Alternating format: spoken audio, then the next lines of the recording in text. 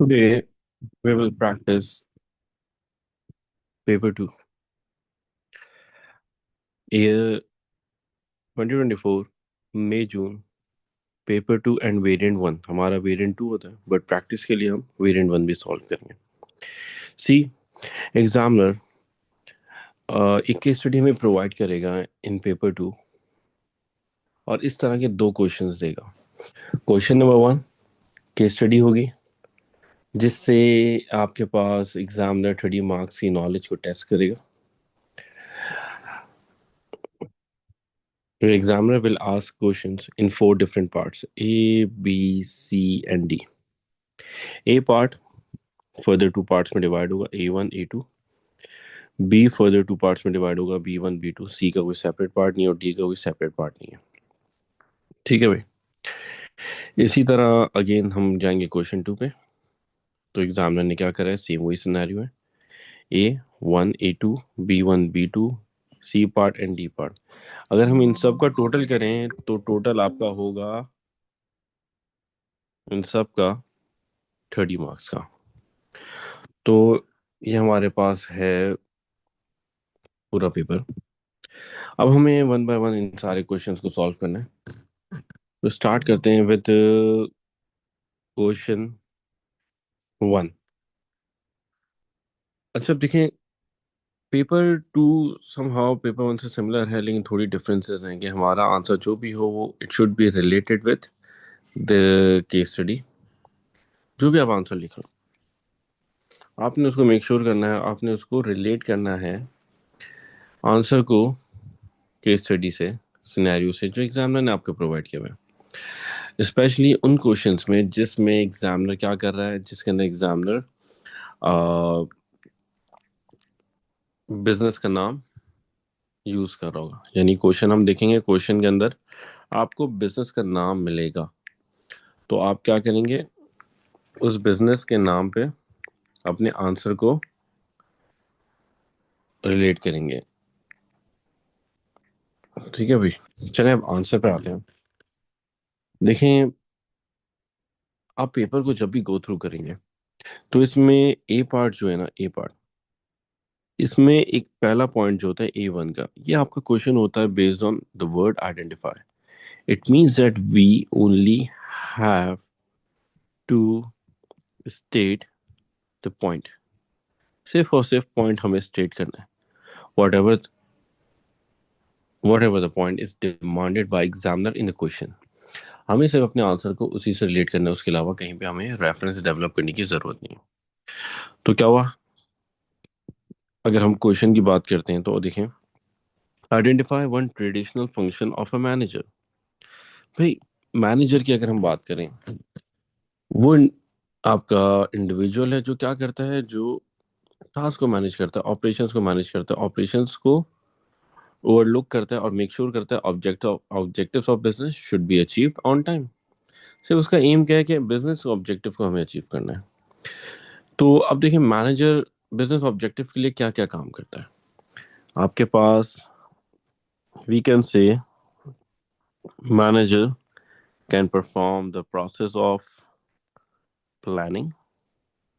Planning का process perform कर सकते हैं, जहाँ पे वो प्लान्स डेवलप करेगा, बजट्स को स्टैब्लिश करेगा, रिसोर्सेज को प्लान आउट करेगा, टास्क को प्लान आउट करेगा, like what particular task will be perform by which employ. तो प्लानिंग है।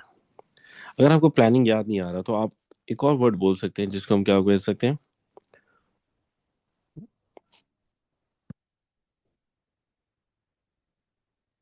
कंट्रोलिंग।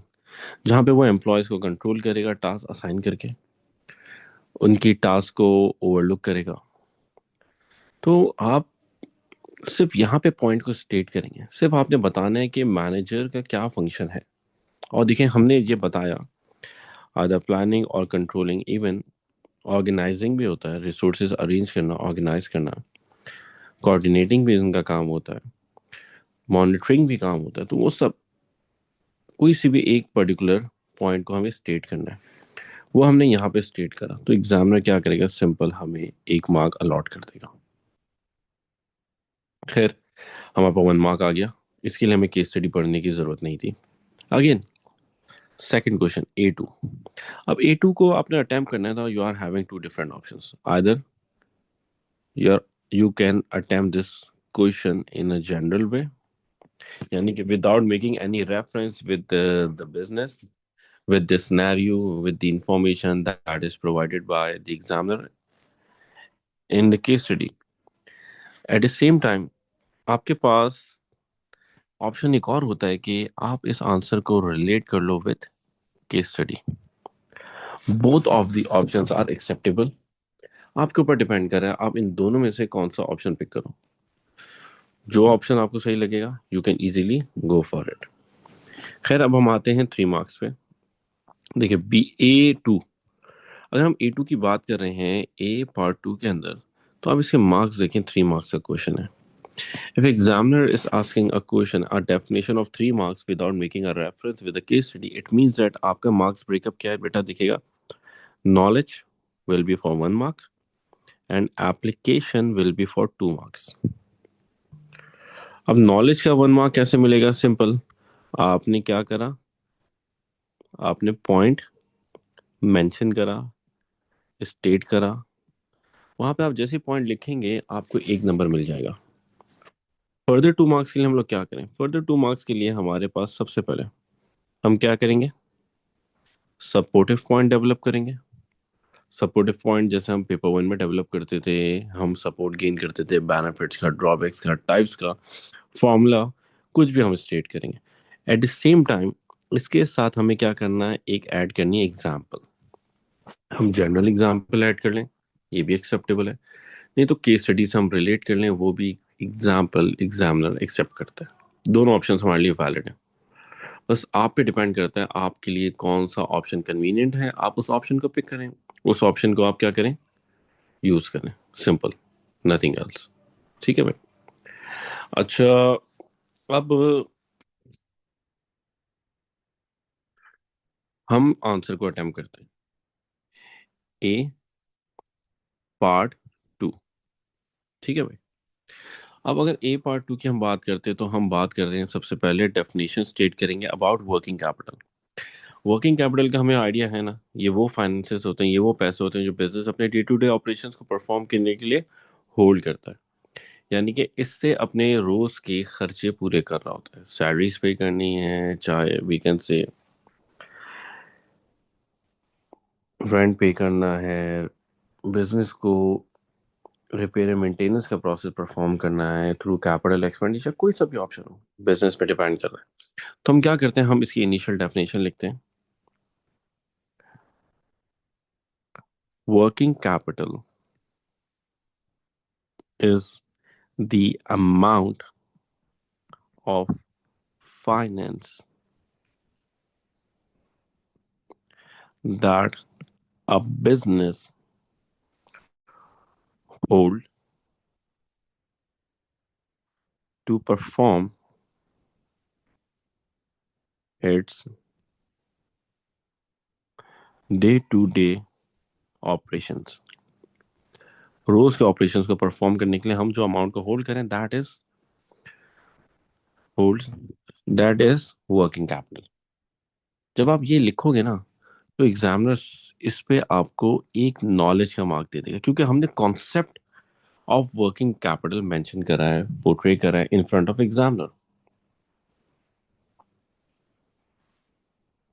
ठीक है भाई। अब सेकंड मार्क के लिए हम लोग क्या करें, तो सेकंड मार्क के लिए अब हम एक सपोर्टिव पॉइंट ऐड करेंगे।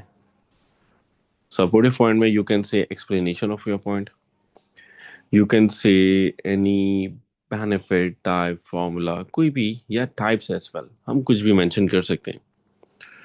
तो देखें, हम सपोर्टिव पॉइंट के लिए जाते हैं हम। There are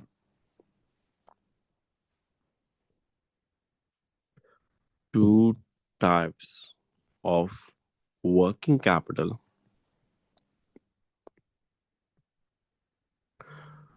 which are revenue, expenditure, and capital expenditure. अब देखें, ये जो हमने ब्लू में लिखी इंफॉर्मेशन, ये ब्लू में क्या है, एक सपोर्टिव पॉइंट है। हम अपनी स्टेटेड नॉलेज को फर्दर एक्सप्लेन कर रहे हैं और ज्यादा डिटेल में समझाने जा रहे हैं, तो हमने वही काम करा है। बिलो में हमने बता दिया कि भाई दो टाइप्स की वर्किंग कैपिटल है, एक है रेवेन्यू एक्सपेंडिचर, एक है कैपिटल एक्सपेंडिचर। तो ये सपोर्टिव पॉइंट है ना, इस सपोर्टिव पॉइंट पे एग्जामिनर हमें +1 देगा, but now examiner will allot the marks of application. 1 mark मिला है हमें एप्लीकेशन का। ठीक है भाई, तो अभी हमारे पास कितने नंबर हो गए?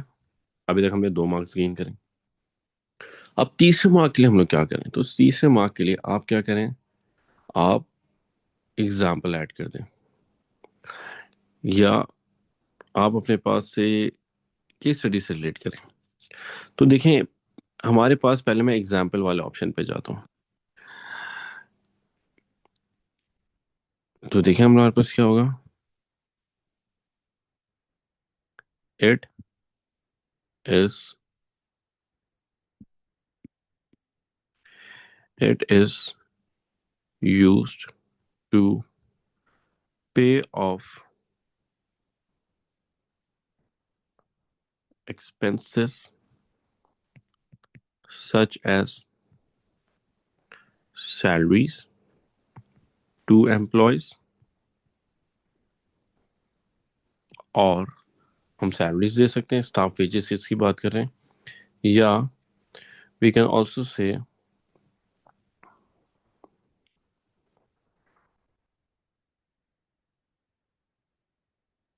Advertisement of product.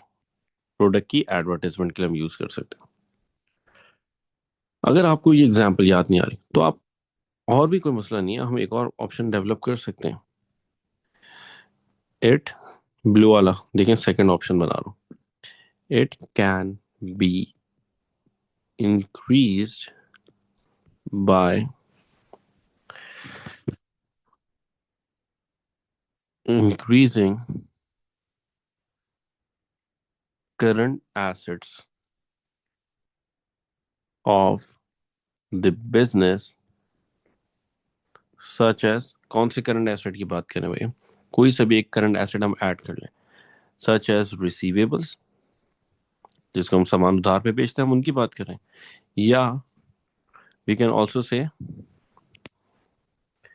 और इन्वेंट्री। तो देखेंगे क्या हुआ, हम इस ऑप्शन को यूज करें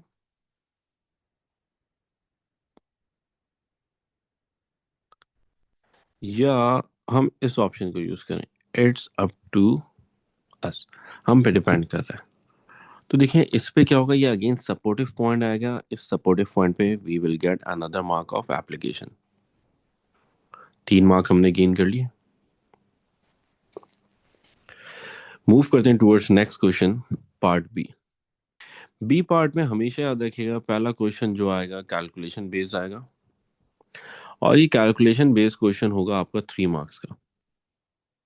हमेशा जब भी पेपर 2 उठाएंगे हम सॉल्व करने के लिए, हमारे पास क्या होगा, कैलकुलेशन बेस्ड पेपर आएगा और 3 मार्क का सवाल होगा। ठीक है भाई, चले अब हम आते हैं बी पार्ट 1। देखते हैं क्या मांग रहा है एग्जामिनर हमसे कैलकुलेशन के लिए। Refer to figure 1.1, calculate the total number of white boards sold between January and July. Table 1, figure 1 ये आ गई हमारे पास। जनवरी से लेकर जुलाई तक हमने टोटल कितने नंबर ऑफ वाइट बोर्ड्स बेचे हैं। अच्छा अब देखें, अगर हम लोग इसको गो थ्रू करें तो ये हमारा क्या है, ये हमारा इन्वेंट्री मैनेजमेंट चार्ट है, जिसकी हमने अंडरस्टैंडिंग क्लास में करी थी। तो इस इन्वेंट्री मैनेजमेंट चार्ट को ड्रॉ करने के लिए नहीं दे रहा, लेकिन उससे रिलेटेड आपकी नॉलेज को टेस्ट कर रहा है कैलकुलेशन के थ्रू। याद होगा ये मैक्सिमम इन्वेंट्री होता था, ये हमारे पास बफर इन्वेंट्री होता था। इसी तरह ये जो ये वाली लाइन उन्होंने बनाई है, ये हमारे पास क्या है, रीऑर्डर लेवल है, इस टाइम पे हम क्या करते हैं, इन्वेंट्री का ऑर्डर प्लेस करते हैं। स्टॉक यूज होगा, क्वांटिटी कम होगी, जितनी क्वांटिटी कम होगी उतने नंबर ऑफ यूनिट्स हम बेच रहे हैं। फिर वहां पर रीस्टॉकिंग हुई, परचेज करा मटेरियल, फिर हमने सामान बेचा, फिर रीस्टॉकिंग हुई, ये साइकिल चल रही है। ठीक है भाई। तो अब हमसे बोल रहा है कि भाई आप बताएं जनवरी से लेकर जुलाई तक कितने व्हाइट बोर्ड बेचे। तो आसान लफ्जों में, हर मैक्सिमम से लेके मिनिमम स्टॉक लेवल तक, यानी बफर इन्वेंट्री तक, हम जो जो क्वांटिटी बेचते आ रहे हैं हम उन सबको इंडिविजुअली कैलकुलेट करेंगे। सबसे पहला सबसे पहला प्रोसेस क्या था, 800 इन्वेंट्री लेवल पे थे हम लोग स्टॉक पे, हमने रिड्यूस करा, रिड्यूस करते वक्त कहाँ तक लेकर आ गए, 100 स्टॉक लेवल पे पहुंच गए। इट मीन्स दैट 800 खरीदे और 100 बचे, तो डिफरेंस कितना हुआ, 700 व्हाइट बोर्ड की सेल्स परफॉर्म करी हमने। फिर देखें, फिर आपके पास रीस्टॉकिंग हुई, कहाँ पे रीस्टॉकिंग आके रुक रही, 800 पे नहीं है, this time they are holding maximum 600 quantity of white board. अब 600 के बाद यूज करना शुरू करा, देखें 600 से यूज करते हुए कहाँ तक रोके ये लोग, क्वांटिटी स्टॉक लेवल ला के रोक दिया इन्होंने 200 पे। सही है। तो हमने क्या करा, माइनस कर दिया 200, जो स्टॉक बच गया। इट मीन्स दैट कितनी क्वांटिटी बेची, 600 में से 200 माइनस करे, 400 रिमेनिंग स्टॉक है जो हमने बेचा। फिर हमने क्या करा, रीस्टॉकिंग करी, this time we moved our stock level to 700 white boards. तो 700 मैक्सिमम आ गए, स्टॉक यूज करते हुए आ रहे हैं, और यहाँ पे हमने बफर स्टॉक को भी यूज कर लिया, यानी कि हम जीरो पे ले आए। इट मीन्स दैट 700 यूनिट्स हमने बेच दिए। अगेन फिर रीस्टॉकिंग करी, रीस्टॉकिंग करके कहाँ तक लेकर आ रहे हैं हम, 500 यूनिट्स तक। तो हमने लिखा 500 माइनस, कहाँ पे ला रहे हैं, देखें जुलाई, ये रहा, ये कितने लेवल पे आके रुक रहा है, हमने देखा, तो ये 400 यूनिट्स हमारे पास बच गए by the end of the month of July. It means that 100। तो हमने इन सब को ऐड करा, देखें 700, 400, 700 and 100। It means that 1900 white boards are sold by the business in between the time frame of January till, ओए होए होए, ये तो नुकसान हो गया, जनवरी टिल कहाँ तक का हमने स्टॉक बेचा, हमने सेल आउट करा जुलाई तक का। तो ये क्या आपके पास, ये हमारे पास कैलकुलेशन आ गया। तो कैलकुलेशन आप साथ में शो करना, कैलकुलेशन, क्योंकि बाय एनी चांस आपका आंसर गलत हो तो कैलकुलेशन से आप मार्क्स गेन कर सकते हो। तो मैंने कैलकुलेशन ऊपर कर दिया और यहाँ पे आंसर मेंशन कर दिया, क्योंकि वो कॉपी करने में भी मसला आ रहा है। ठीक है, अब हम मूव करते हैं towards our next question, B part two. Again B part two जब भी आपसे पूछेगा, examiner will ask the question with the word of explain with demanding a single point. एक सिंगल पॉइंट आपसे डिमांड करेगा, एक से ज्यादा नहीं करेगा। सवाल में कुछ भी पूछ रहे हैं, हमें अभी उसमें बात नहीं कर रहे, हम अभी सिर्फ पैटर्न की अंडरस्टैंडिंग पे बात करते हैं। तो देखें बी टू हमारे पास कितने मार्क्स का है, 3 मार्क्स का है। तो बी टू का अगर मैं आंसर या मार्क्स ब्रेकअप की बात करूं तो कुछ इस तरह मार्क्स ब्रेकअप है, देखें, there will be 1 mark for knowledge and 2 marks for application. सुनेगा, 3 मार्क्स हो गए इन टोटल। अब ये इन टोटल जो 3 मार्क्स हैं, इसमें एप्लीकेशन का मार्क 2 है। तो इन 2 मार्क्स को कैसे डिस्ट्रीब्यूट कर रहे हैं, देखें, 1 मार्क, 1 मार्क, इस तरह करके कुछ कहानी कर रहा होगा।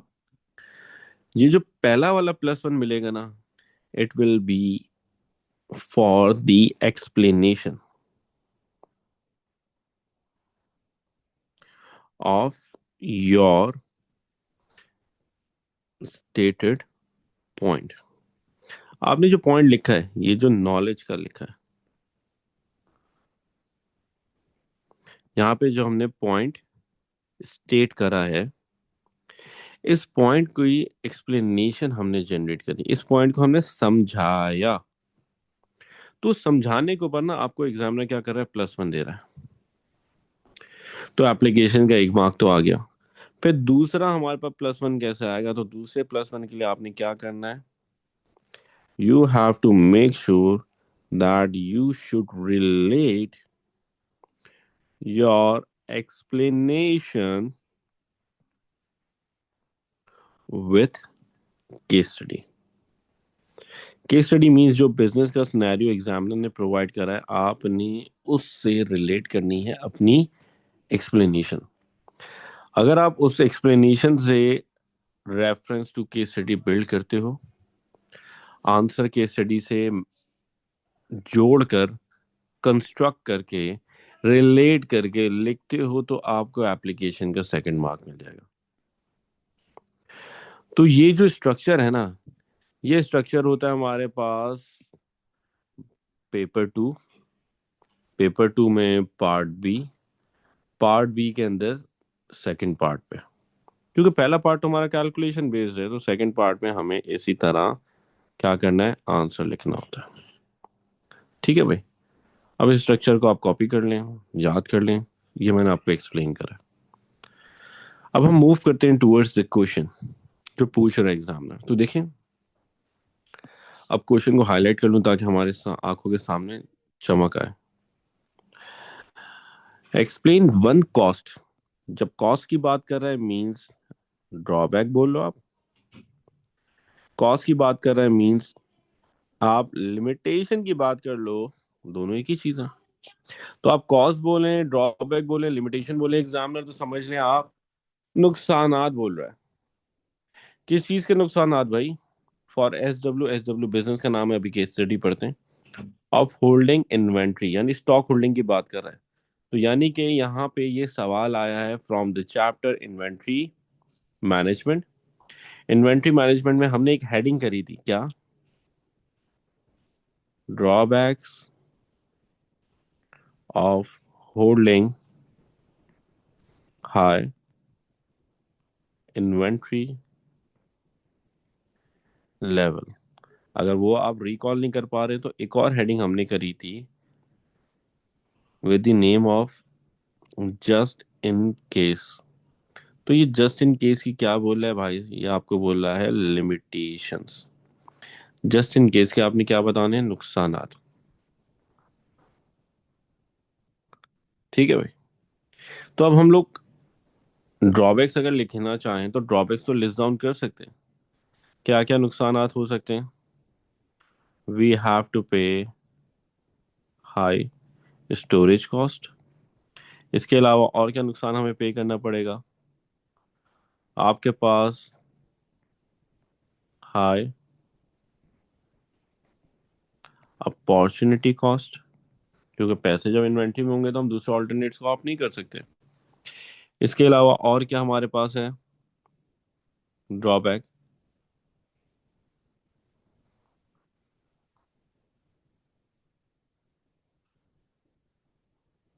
Difficult to adopt market change, क्योंकि स्टॉक है, पहले पुराना स्टॉक बेचेंगे तो मार्केट चेंज अडॉप्ट करना हमारे लिए क्या है, थोड़ा मुश्किल हो सकता है, डिफिकल्टी क्रिएट हो सकती है हमारे लिए, प्रॉब्लम क्रिएट हो सकती है, ये पॉइंट आ सकता है। तो आप कोई सा भी एक पॉइंट लिखोगे ना, वो नॉलेज है, सही है। अब फर्दर आंसर अटेम्प्ट करने से पहले हम केस स्टडी को गो थ्रू करते हैं, क्योंकि जब तक केस स्टडी नहीं पढ़ेंगे हम आप एप्लीकेशन के फुल मार्क्स हम गेन नहीं कर सकते। तो देखें, it is a business with the name of Samira's white board.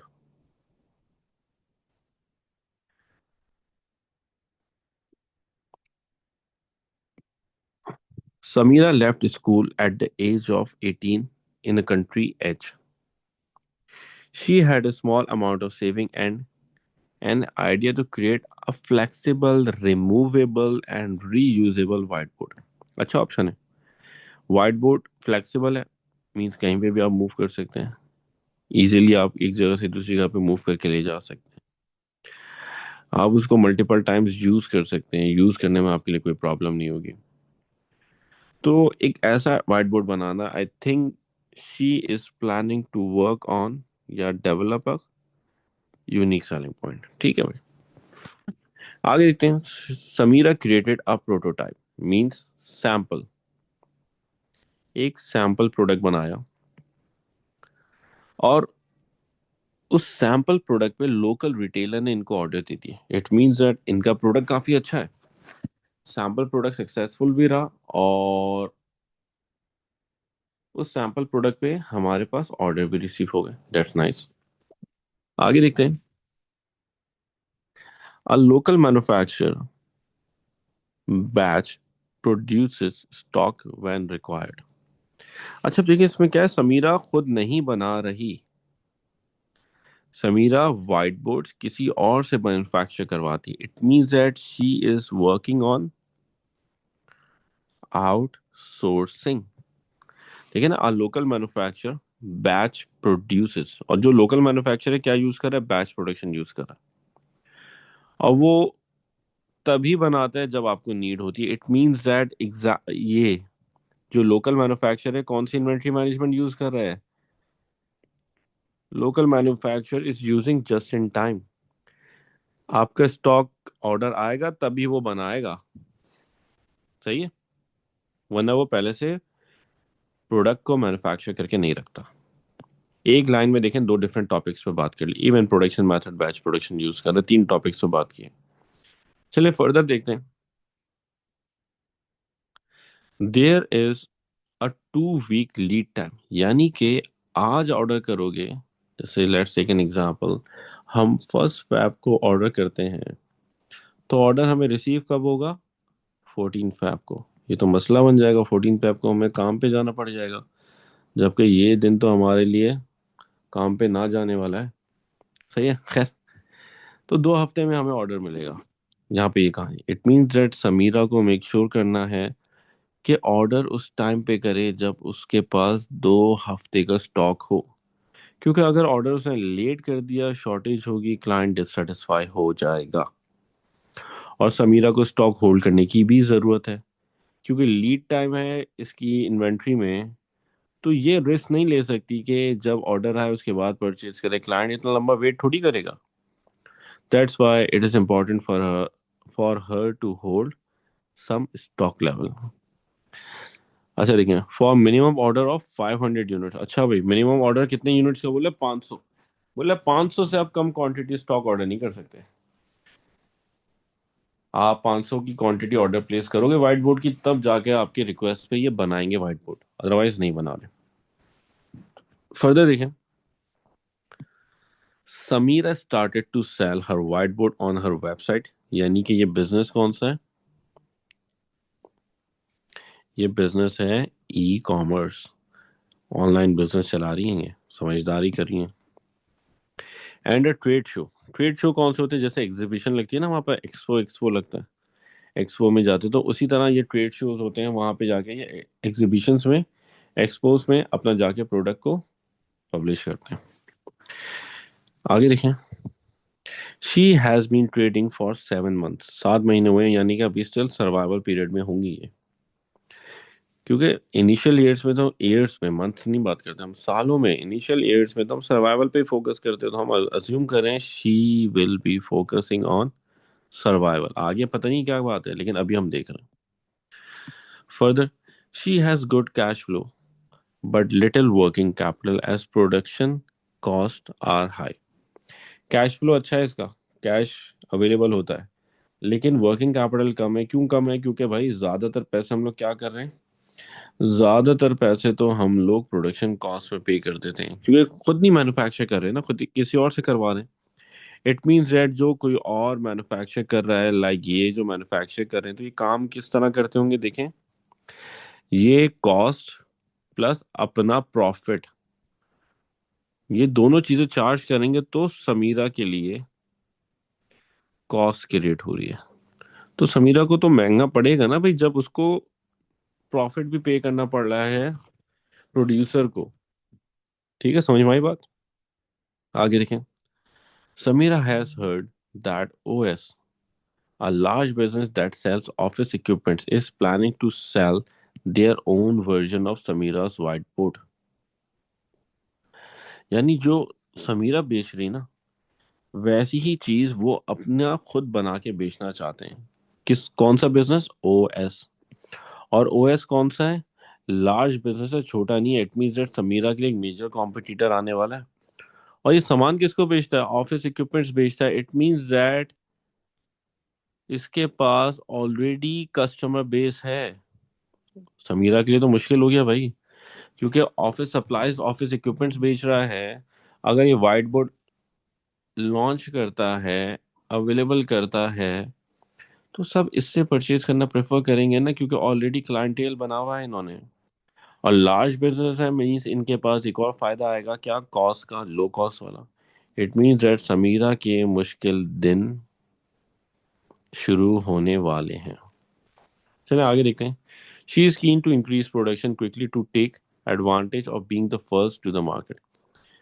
इन्होंने भी समझदारी करी, इन्होंने मार्केटिंग स्ट्रेटेजी यूज करी। इन्होंने बोला भाई काम करते हैं, हम प्रोडक्शन ज्यादा करते हैं, ज्यादा स्टॉक होल्ड करते हैं, ताकि first movers edge edge gain कर लें, कि मार्केट में सबसे पहले प्रोडक्ट लाने वाले हम हैं। तो जब सबसे पहले प्रोडक्ट लाने वाले हम होंगे, तो सब लोगों का ट्रस्ट हम पे ही डेवलप्ड होगा। उन उस फिलॉसफी पे ये काम करना चाह रही हैं। However, Samira's manufacturer cannot supply enough products to meet the growth in potential demand of for whiteboard। जिससे ये मैन्युफैक्चर करवा रही है ना, ये उनके बारे में पॉइंट आया कि समीरा जो मैन्युफैक्चर करवा रही है व्हाइट बोर्ड, उनकी खुद कैपेबिलिटी नहीं है कि वो लार्ज मार्केट डिमांड जो इंक्रीज हो रही है, ग्रोथ रेट जो हाई है, उसको मीट कर सकें इतने units of white board manufacture करके थे। तो अब समीरा के लिए मसला आ गया वापस से। ठीक है। अब अभी इस इंफॉर्मेशन को अगर मैं ना भी पढूं कोई फर्क नहीं है, हम उस क्वेश्चन को 3 मार्क वाले को अटेम्प्ट कर सकते हैं। तो हम उसी क्वेश्चन पे मूव करते हैं। देखें 3 मार्क वाले पे, B2, drawback of holding high inventory level. तो देखें SWK नहीं है ये, will have high storage cost. सिर्फ मैंने ये पॉइंट लिखा, हाई स्टोरेज कॉस्ट है। इधर एग्जामिनर हमें नॉलेज का +1 दे रहा है, क्योंकि हमने पॉइंट तो लिख दिया ना यार। तो नॉलेज का तो मार्क मिल गया। अब आप एक्सप्लेन करोगे, फर्दर मार्क्स मिलेंगे। एक्सप्लेन नहीं कर तो आपका 1 मार्क तो मिला हुआ है। लेकिन हम एक्सप्लेन करेंगे भाई। देखें क्यों स्टोरेज कॉस्ट ज्यादा होगी। As Sameera will be holding large stock of white boards. ठीक है भाई। सच एस, देखिए आपकी स्टडी से रेफरेंस बना रहा हूँ। ये सारी चीजें मैं मिटाता हूँ ताकि हमारा क्लियरिटी रहे कि ये रेफरेंस कहाँ पे किस तरह बना रहे हैं। सच एस, कितना स्टॉक लेवल है? 800 है। कौन से मंथ के अंदर है? जनवरी टिल मार्च है। हम ये रेफरेंस ले आते हैं ना। Such as holding 800 white board from the month of January to March, and she has to make sure, have to make sure रहेगा, she have to make sure that all the white boards should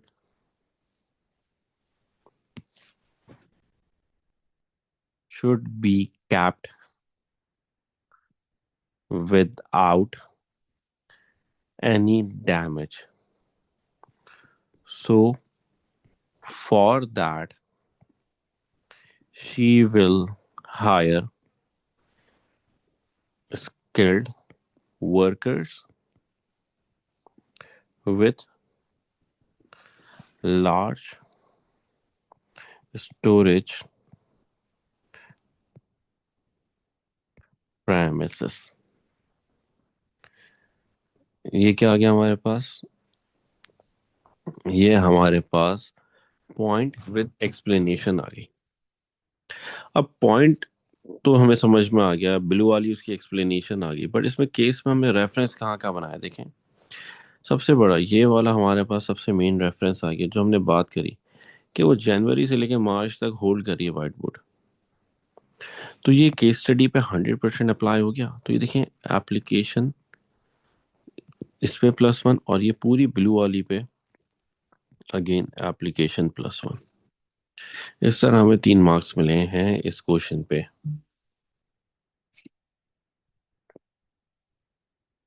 यहाँ पे B part 2 हमने complete किया।